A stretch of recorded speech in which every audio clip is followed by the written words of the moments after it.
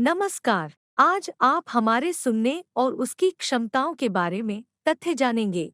सुनने से हमें अपने आसपास की दुनिया के बारे में बड़ी मात्रा में जानकारी मिलती है।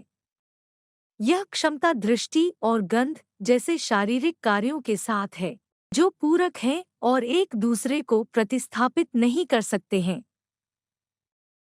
सुनवाई को नुकसान पहुंचाना या पूरी तरह से खो देना काफी आसान है, लेकिन पुनर्प्राप्ति प्रक्रिया आम तौर पर बहुत लंबी होती है और फिर भी हमेशा सफल नहीं होती है। सुनने के बारे में रोचक तथ्य।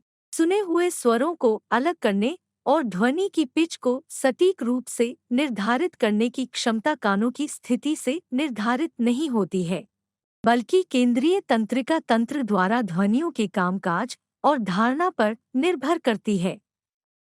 एक व्यक्ति 1,500 से अधिक विभिन्न संगीत स्वरों में अंतर करने में सक्षम है। कान एक स्वसफाई अंग है। यह एरिकल के अंदर स्थित छोटे बालों के लिए धन्यवाद किया जाता है, जो संचित मोम को बाहर निकालते हैं। हालांकि प्रचुर मात्रा में रिलीज और अतिरिक्त सल्फर के साथ अतिरिक्त बाहरी सफाई विधियों का उपयोग करना आवश्यक है। यह मोम प्लग के गठन को रोकने और सुनने की समस्याओं को रोकने में मदद करेगा। माचिस के निर्माण के लिए उत्पादन में कई वर्षों तक ईयरवैक्स का उपयोग किया गया था और 1876 में उन्होंने इसके बजाय मैग्नीशियम फॉस्फोरस गोंद का उपयोग करना शुरू कर दिया। बहुत से लोग यह नहीं जानते हैं कि ईयर कॉटन स्वैप का सही तरीके से उपयोग कैसे किया जाए, जिसके परिणाम स्वरूप सुनने की समस्या उत्पन्न हो जाती है या इसका पूर्ण अभाव हो जाता है। आंकड़ों के अनुसार दुनिया भर में लगभग 3 लाख लोग हर साल इसी कारण से अपनी सुनवाई खो देते हैं।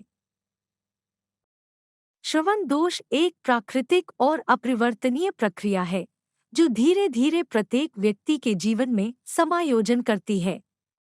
इस कारण से बच्चे वयस्कों की तुलना में बहुत बेहतर सुनते हैं। हालांकि ईयरलोब की उपस्थिति वर्षों के अधीन नहीं है और वे शरीर का एकमात्र हिस्सा हैं जो उम्र नहीं बढ़ाते हैं। मनुष्यों में कानों का आकार जीवन भर धीरे धीरे और अगोचर रूप से बढ़ता है। विभिन्न प्रकार के स्तनधारी आवृत्ति रेंज और ध्वनि तरंगों में भिन्न होते हैं, जिसके साथ वे संचार करते हैं और पर्यावरण के बारे में जानकारी प्राप्त करते हैं। उदाहरण के लिए कुत्तों में ये अल्ट्रासाउंड है और हाथियों और व्हेल में इंफ्रासाउंड, जो ध्वनियाँ 90 डेसिबल के निशान से अधिक नहीं होती हैं।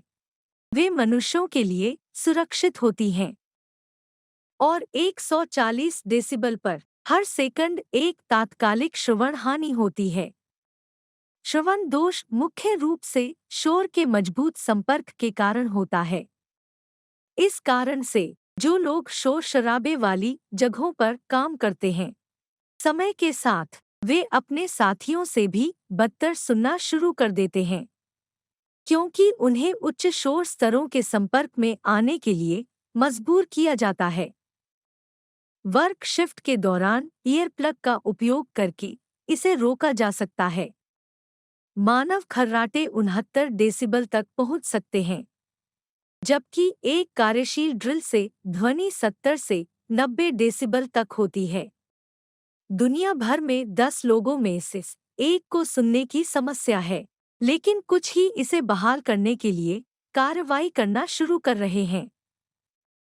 प्रत्येक व्यक्ति के कान आकार और आकार के मामले में अद्वितीय नहीं होते हैं। कुल मिलाकर 28 प्रकार के विभिन्न रूप हैं।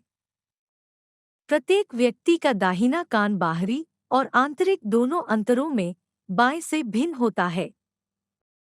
कान 24 घंटे अपना कार्य करते हैं और वे नींद में भी आवाज सुनते रहते हैं, लेकिन हम शायद ही कभी इस पर ध्यान देते हैं।